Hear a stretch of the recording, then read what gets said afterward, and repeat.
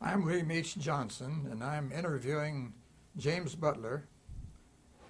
This is part of the World War II History Project. This is September the 2nd, 2003, Manhattan, Riley County, Kansas. The camera operator is Dana Dodridge. Ed, we're pleased that you will record your military experiences with us.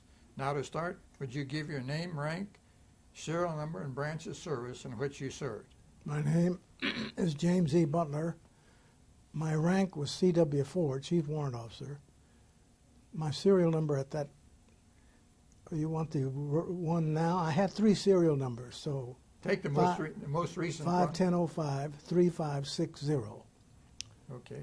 Name, branch, serial number. Branch of service? Branch of service, Army. Army, okay. Well, Ed, Jim, tell us about your home life, where you grew up, and some of your early experiences. I was born in Kansas City, Kansas in 1913. I went to school there. I remember one distinguishing thing about school in Kansas City, Kansas. It had an all-black school system. There was no mixture at all. I went to an all-black grade school, an all-black junior high school, an all-black high school, and an all-black junior college. Sumner High School is where I graduated from school in Kansas City, Kansas. And then I went to one semester to Kansas University in Lawrence, but dropped out after one semester. What did you do before you went into the service? I worked at the Wilson Packing Company, for one thing, as a butcher. I worked prior to that at the Jones's Store Company as an elevator operator. And I worked in miscellaneous jobs before that. Did you enlist or were you drafted? I enlisted. What year did you enlist? I enlisted on August the 28th, 1942 in the Army. And what branch of service in the Army? Engineers. Engineers, Corps of Engineers, okay. Corps of Engineers. And you were an enlisted man or officer at the time? I was an enlisted man at the time. Okay, and eventually got your... Eventually I got to be a warrant officer. 1951, I became a warrant officer. Do you remember Pearl Harbor? And if you do, oh, yes. Tell us about it. Well, my wife and I we were living in Kansas City, Kansas, and I remember that Sunday afternoon, December the 7th, 1941, we were listening to the radio and a program called The Shadow Knows. I don't know whether you remember that. And suddenly the voice came on, ladies and gentlemen, we interrupt this program to announce that Pearl Harbor off Diamond Head in the Hawaiian Islands has been attacked by Japanese planes. And I said to my wife, what is this, another story? I couldn't believe this. Of course, I didn't know where Diamond Head was. Well, we waited, and 15 minutes later they came back on with the same announcement, but saying that it appears that many lives have been lost. And then 15 minutes later, they came on with the president saying that he would call a joint session of Congress the next day, which he did. So then my wife and I said, well, let us go out on the street and see what we can hear. And so we went down in the busy district of Kansas City, Kansas, and found that there were boys with the Kansas City Star. Read all about it. Pearl Harbor attacked. My goodness, we're at war. And so that was just kind of a highlight of what we remember about Pearl Harbor. And how did this influence your life at that time? Well, I thought maybe I ought to go in the Army. You know, I was a citizen of this country, and we ought to do the very best we can. I thought, well, the Army is going to be increased dramatically now. And so that was what I thought. And that influenced my life. But of course, I didn't go in the Army right away because I was kind of waiting to see how the draft would go. But it didn't go fast enough, so I enlisted. And after you entered active duty, what did you do? After you enlisted, Well, I went to, I went to Fort Leavenworth first. Then I went from Fort Leavenworth to Fort Belvoir in Virginia. And then I had my basic training at Fort Belvoir in the Engineers, Virginia. And then I went from there to Fort Knox, Kentucky. And then I went from there to the Aleutian Islands, off the coast of Alaska. Okay. And after you settled into the military, just tell us chronologically what your experiences were. Well, I had, in those days, they were all black units. There was no mixture. We had white officers, of course, except for the chaplain and a doctor. They were normally black. But I was given a clerical position. Well, I took several tests and apparently passed because I was given a clerical position in the first sergeant's office, the orderly room, as they called it in those days. Because I had the advantage of some education, most of the black soldiers out of the South, and many of them couldn't read or write. And so we had classes later on teaching them how to read and write, and one of the goals was to be able to write a letter home to their parents or friends. So I was put into the clerical field, and that's where I stayed, even as a warrant officer. I was an administrative officer later on. So that's... What unit were you with at that time? I was with the 93rd General Service Engineers. General Service Regiment. Okay. They're the unit that worked the Alcan Highway through Canada into the Alaska and then on out into the Aleutian Islands. Did you serve with them in the? I served with them not in Canada, but I met them in the Aleutian Islands. I met them at Skagway, Alaska, and then went out to the Aleutian Islands with them because they were getting recruits all the time, And what were your responsibilities? Still in the orderly room at that time? I was still in the orderly room. I was a company clerk at that time. And where did this unit go then? The unit went to the Aleutian Islands in a place called Coal Bay, out in the Aleutian Islands. I don't know whether you know much about the Aleutian Islands. They are west of Alaska, between Russia and Alaska. They've got Coal Bay and Adak and I can't remember some of the other names, but I remember Coal Bay and Adak out there, islands. Now, what were they doing? This wasn't combat conditions. Yes, it was. There was a tremendous fight at Attu. There was an island called Attu where the 7th Division of the United States fought the Japanese fighting unit. I don't know what that was, but there was fighting at Attu, but there was no fighting where we were. We were at a place called Adak, probably 15 miles from Attu. Of course, being with an engineer unit, you were responsible for construction. Constructing airfields. That's what the unit was doing. I have to admit, I never even saw an airfield. I was so busy with my own duties, I never got out there where they were doing the construction. Did you suffer an injury of any kind? Well, one night we were working on an H-10 bridge. That was the night that they pressed everybody into duty, no matter what your MOS was. And I was lifting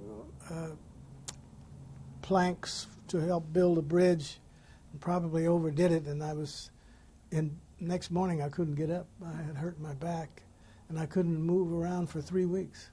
We didn't have a hospital, of course, because we were way ahead of everything. Oh, and then I might tell this story that we got out in the Aleutian Islands ahead of the mess kitchen, ahead of the hospitals, ahead of all the conveniences, and so they gave us, I remember there was a lot of complaints about hunger. They gave us D rations, A, B, C, D. I never heard of D rations before, but it was concentrated chocolate, where you eat it and you drink water and it gives you a feeling of being full. So that's what we had for the first 24 hours there. So you didn't have hot food at that time? No.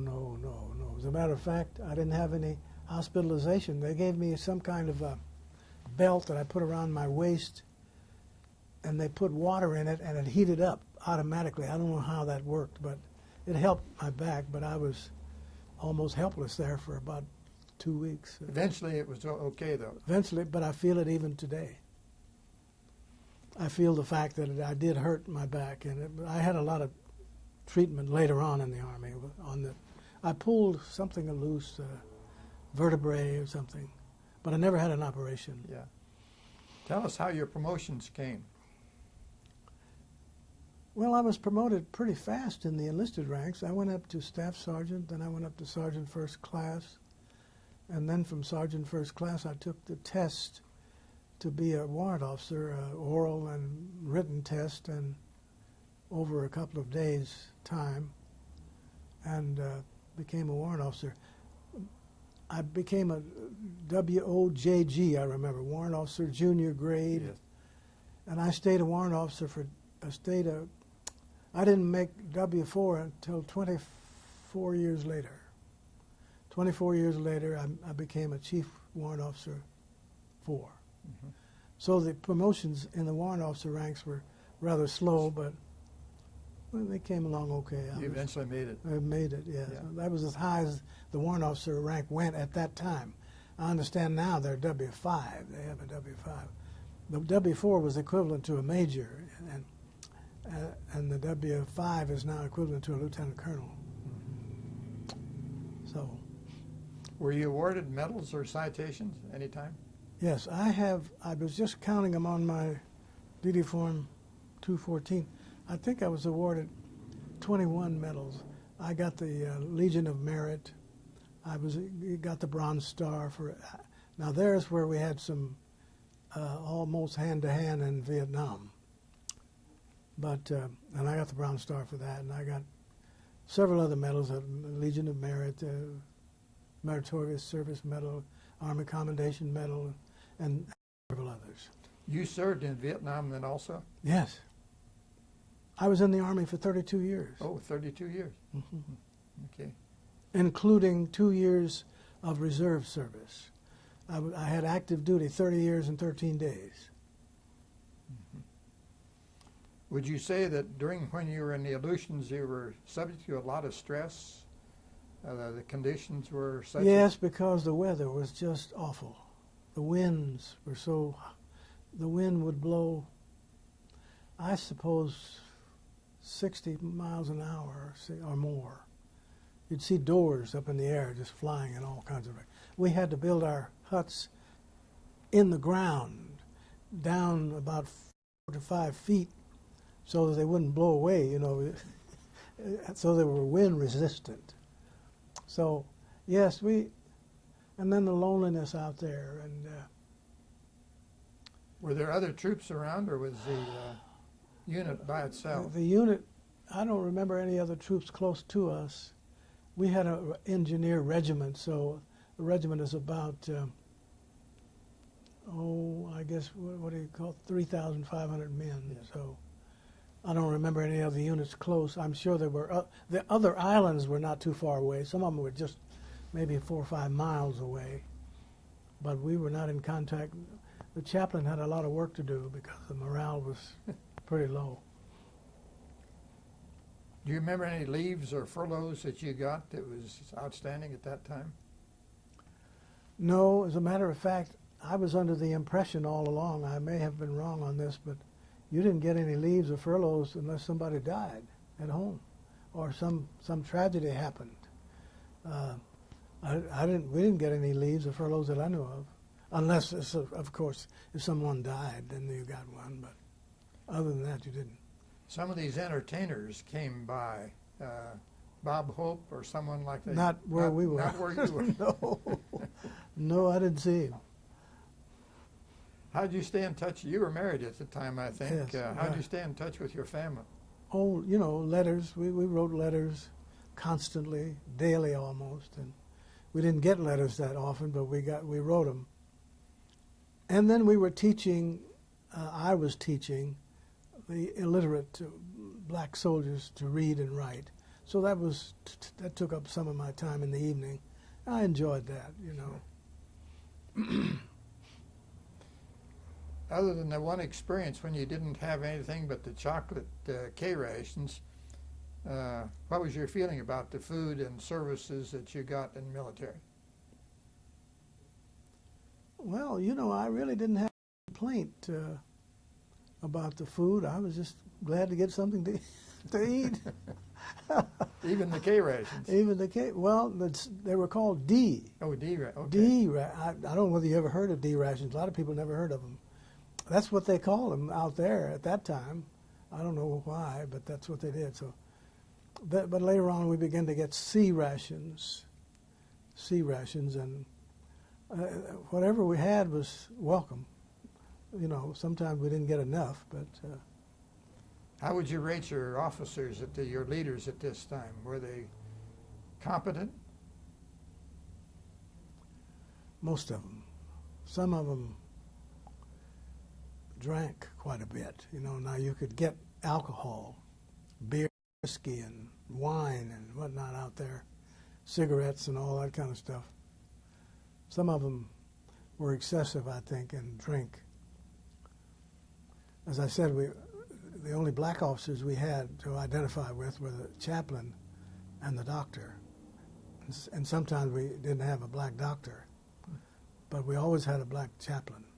And that helped morale, you know. We'd have religious services more than normal, because you can imagine that we needed them, I guess. Well, it was something to do anyway. Something to do, yes. Yeah.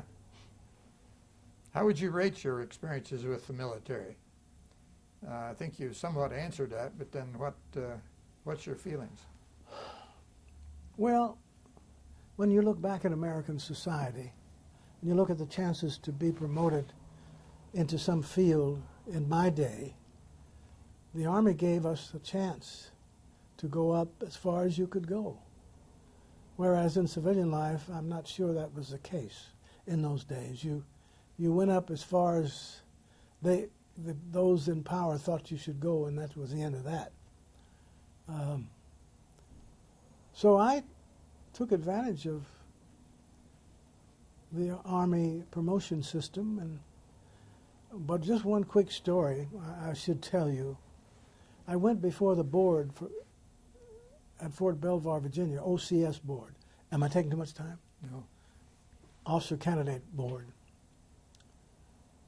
And while I was waiting to go in to be interviewed, a young white boy came out, and I asked him, I said, "What did they ask you?" And he said, "Oh, they just asked me why I wanted to be an officer and what my parents did, and a few mundane questions such as that," and said, "Okay, you can go." So I went in.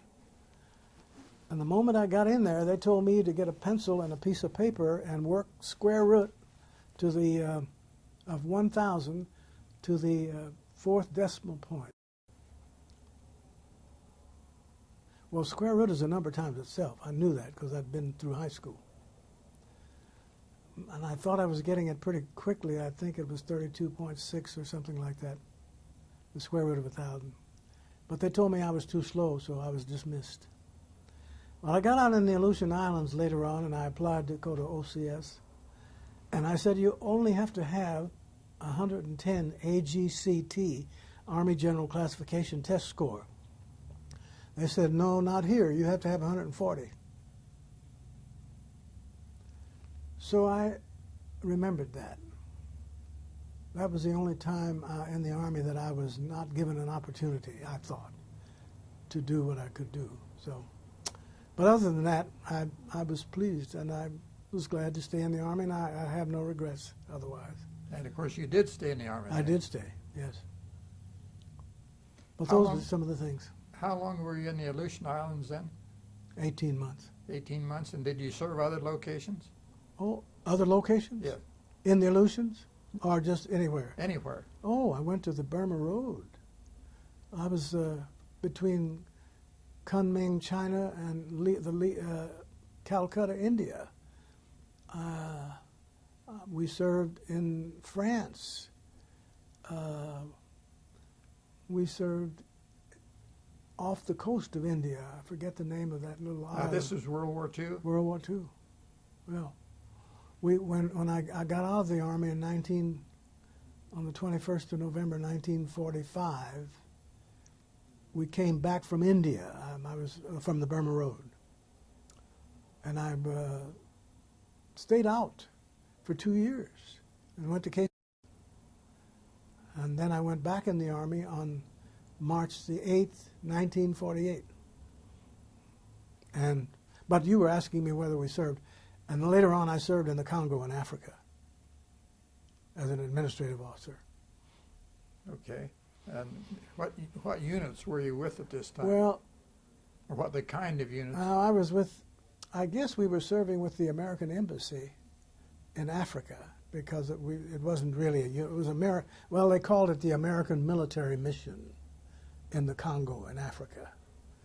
And we worked, a lot of the work was done out of the embassy in Leopold.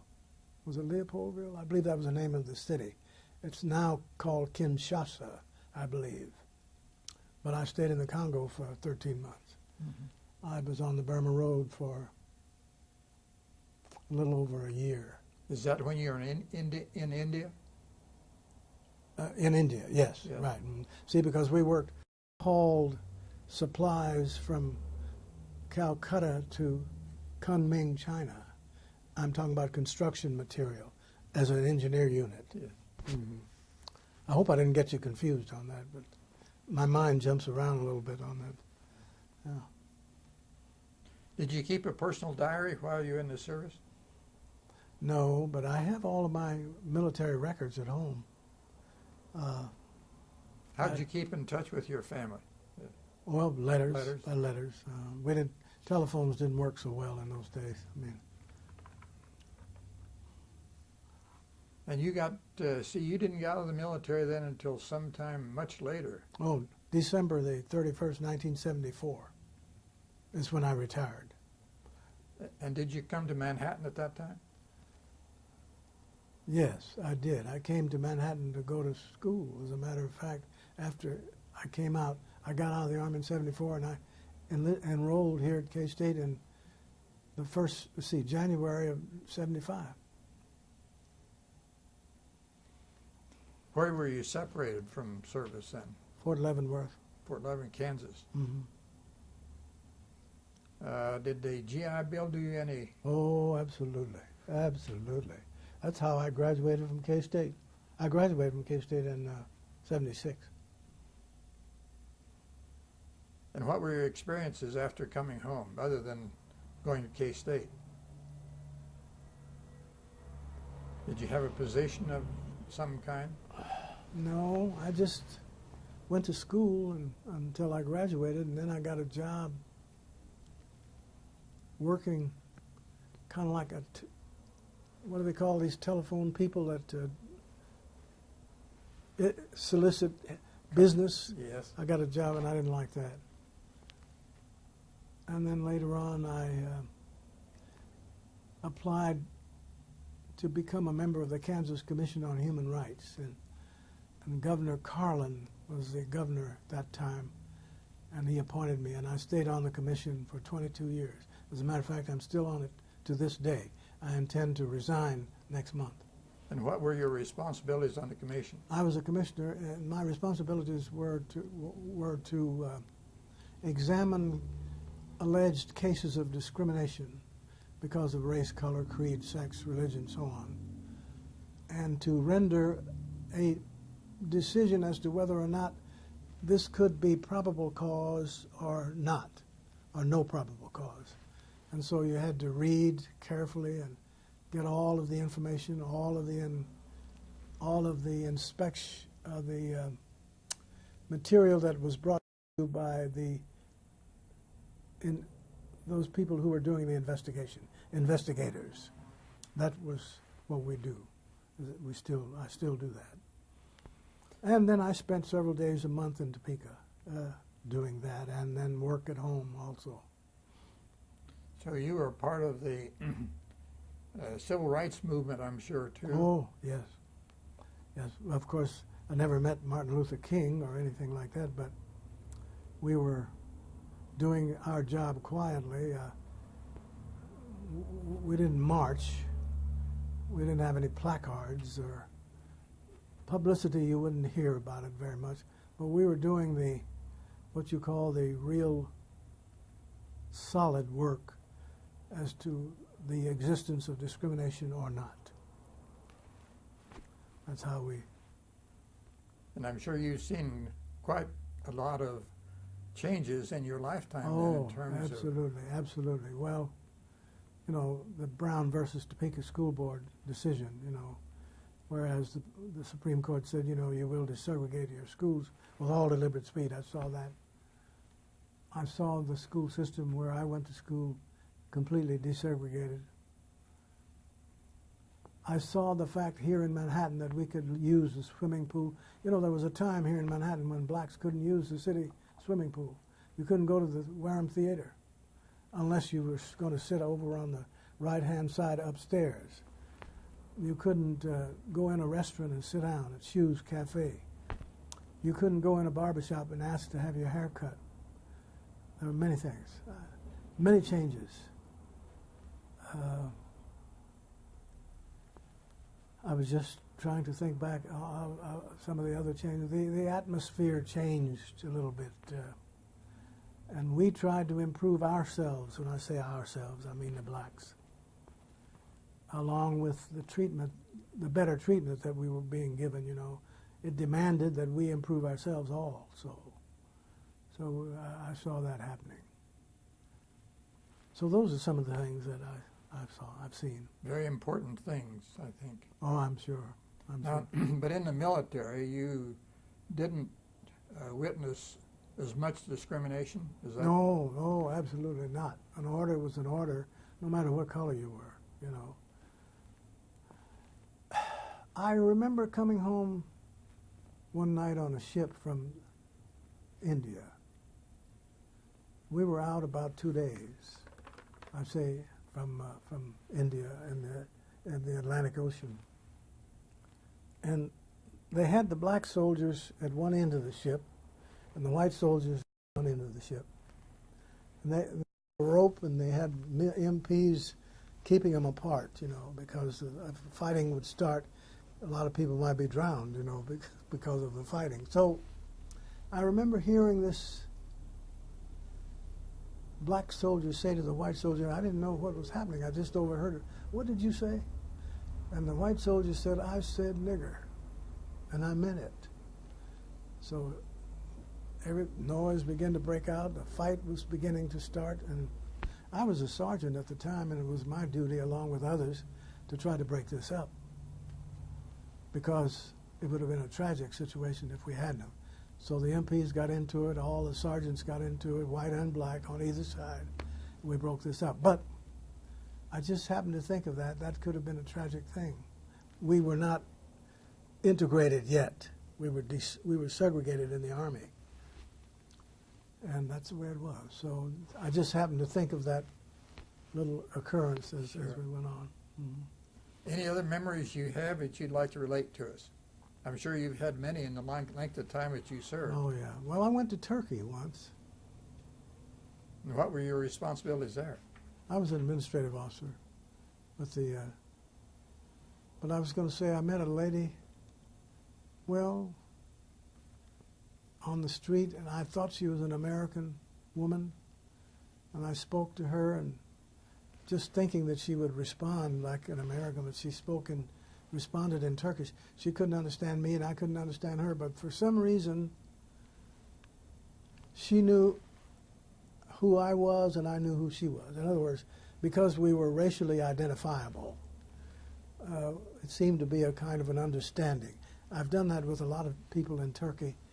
Incidentally, Turkey had slaves way back in many years before, you know, and the residual effects of that are that you see some people in Turkey now that you would think were black Americans but aren't. They're Turkish. So those kind of experiences. When I was in Kunming in China, I saw my impression of Chinese were a short, yellow-type person. I saw some 6 feet Chinese, as brown skin as I am. I was amazed. We came back one other time. I don't want to go too long on this. We came back one other time from,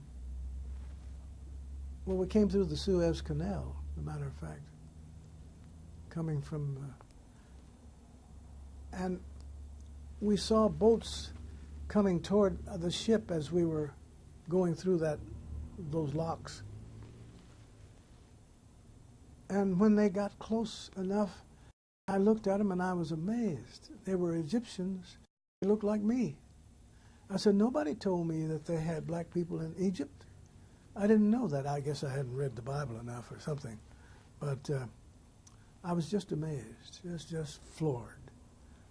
So I've seen things like that in the world, you know, whereas it didn't quite like. And then I heard later on that the Muslims had gotten up into what is now called Yugoslavia.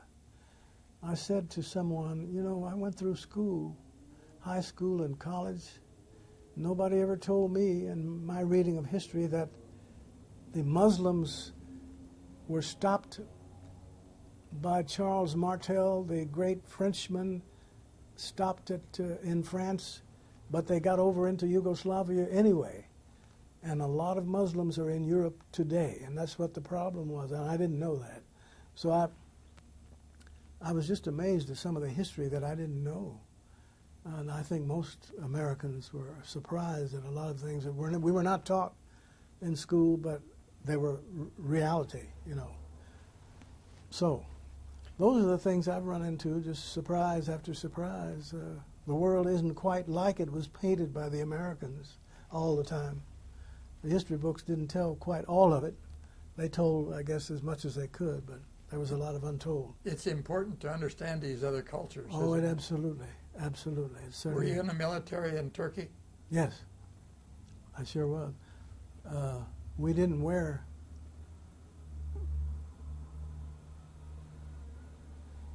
we wore civilian clothes. We also wore civilian clothes in Africa. Well, that's another thing. I was didn't realize I was that close to the CIA in Africa. But later on I found that a lot of the people with whom I spoke were probably CIA agents, that American agents, of course. And I didn't know what their job was, and I'm sure they knew what mine was, but it was just amazing. I didn't know how close I was, but I do know that I was appointed top secret control officer for the American military mission. I carried out my duties very well. Some things, I guess, that when you have what they call a debriefing, you're not supposed to reveal, but I had a lot of experiences. How many countries have you been in military? You know, I think 14 or 15 countries, considering most of Europe and Germany and Italy and England, the Congo and Africa, Liberia, Uganda. Where did you enjoy your military service most? In Holland. I was in Holland with the. I was in Holland. I was trying to think of the years that I was there with NATO. I had an assignment with NATO. At the time I was in Holland, I was an administrative officer with the NATO forces. And then when I was in Turkey, I was again signed to the NATO forces as an administrative officer. In Holland, yes. I enjoyed that because a lot of the people could speak English. And the movies you could go to, and they were in English in Holland. And then they had some wonderful food, and ice cream was delicious. Just delicious. So I enjoyed it mostly, I think, in Holland. I didn't enjoy it much in Turkey because the Muslim faith is kind of restricted. We couldn't have Christmas trees. You couldn't have any manifestation of Christianity openly, you know, like putting up Christmas decorations or anything like that. You had we had our own chapel, you know, closed, but the Turkish people were very a closed society. They didn't, and they are today. The Muslims are all over, as far as I know. So I was just thinking when you said the number of countries. Greece, I was in Greece, Athens. We had an office in Greece. Did your Turkey. wife get to travel with you? She was going to come to Greece with me and then go back to Turkey, but she got sick, and she couldn't travel at that time, so we didn't make it. I was sorry about that, but because it would have been a tremendous experience for her too, you know. Well, you've had some pretty tremendous experiences, I think, as far as the military is concerned. Anything else you want to relate to us? I keep probing for those new stories, Yeah. stories, you know. I'm, of course, I remember one evening we went to our, what you call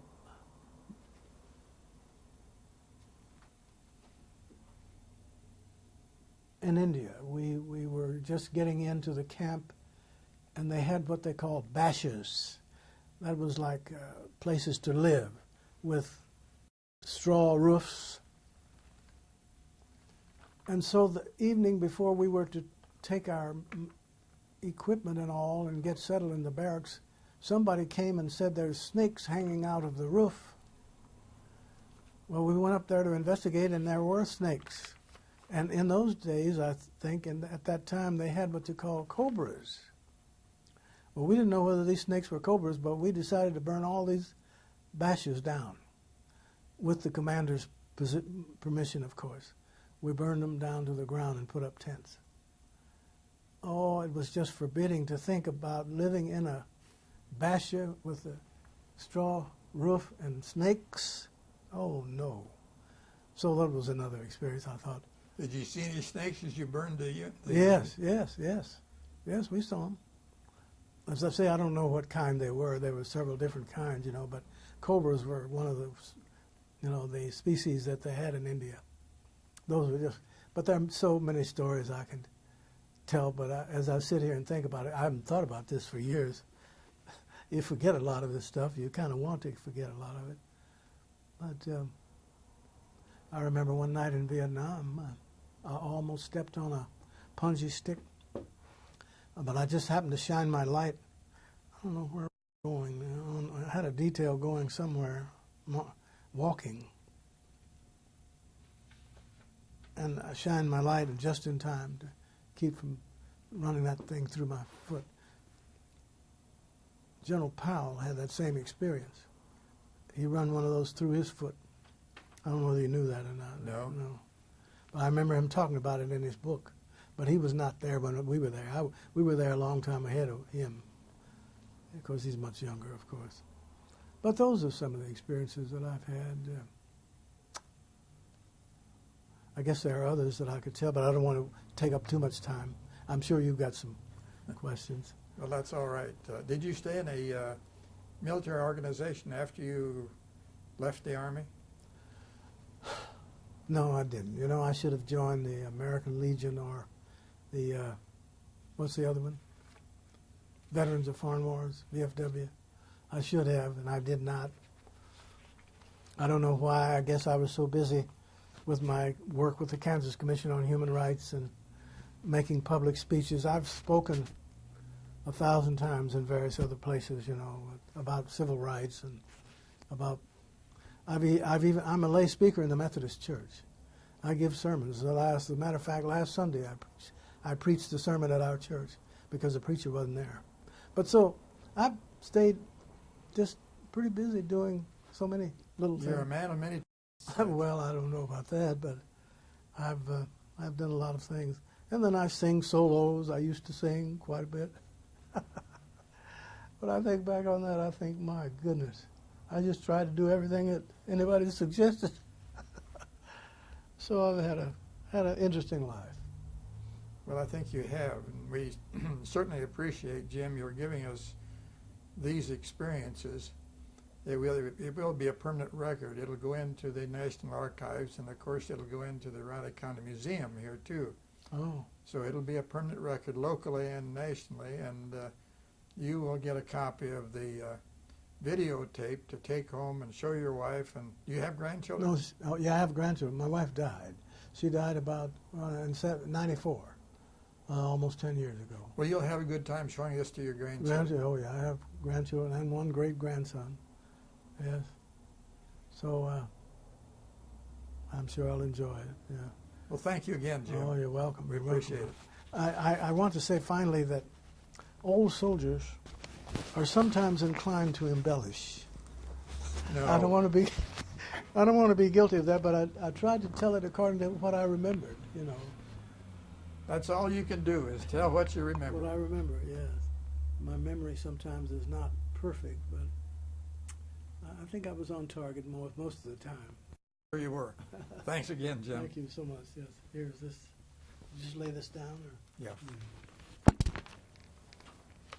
well, I've enjoyed it. that was Thank you so great. much. Yeah, We really appreciate it. thank you. I'll be 90 years old next month. Is that right? This month, on the 19th.